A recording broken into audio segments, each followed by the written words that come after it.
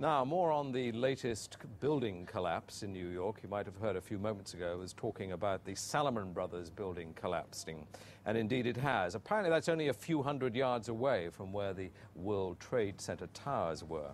And it seems that this was not a result of a new attack. It was because the building had been weakened during this morning's attacks. We'll probably find out more now about that from our correspondent, Jane Stanley. Jane, what more can you tell us about the Salomon Brothers building and its collapse?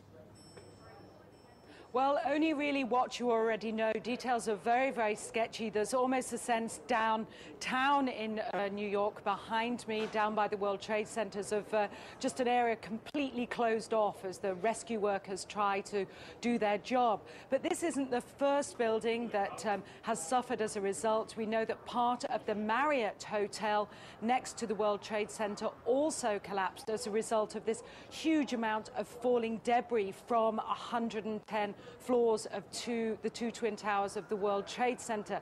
As you can see behind me, the Trade Center appears to be still burning. We see these huge clouds of smoke and ash, and we know that behind that there's an empty piece of what was a very familiar New York skyline, a symbol of the financial prosperity of this city, but completely disappeared now, and New York is still unable to take on board what has happened to them today. Presumably there were very few people in the Salomon building when it collapsed. I mean, there were, I suppose, fears of possible further collapses around the area. That's what you would hope, because this whole downtown area behind me has been completely sealed off. Talking yet about revenge and what the government should do to counter this threat, or are they numbed still?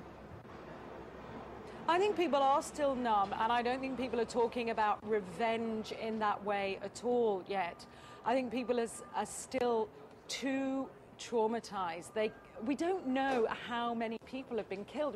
We can't even put a figure. I think when you talk to people on they daren't even say how many people might have been killed and injured. And I think that feeling, until idea of the devastation, people don't really know what to say or what to think. I think they feel the bubble of their security as being in America has definitely been popped. This city and this country will not be the same, but they don't really know where to turn. That's the very sad thing. I think there's going to be a lot of very, very traumatized people that has hit them very, very hard.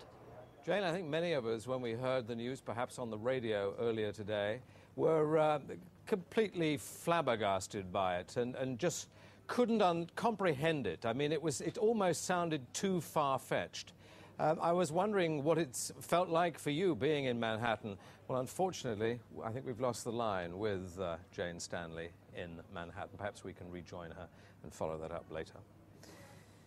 Across America, citizens... Now, if you're just joining us, let's recap on today's catastrophic events. We've just got some pictures in from New York of the latest building to collapse. That's the Salomon Brothers building. That's 47 stories tall. There you can see it going.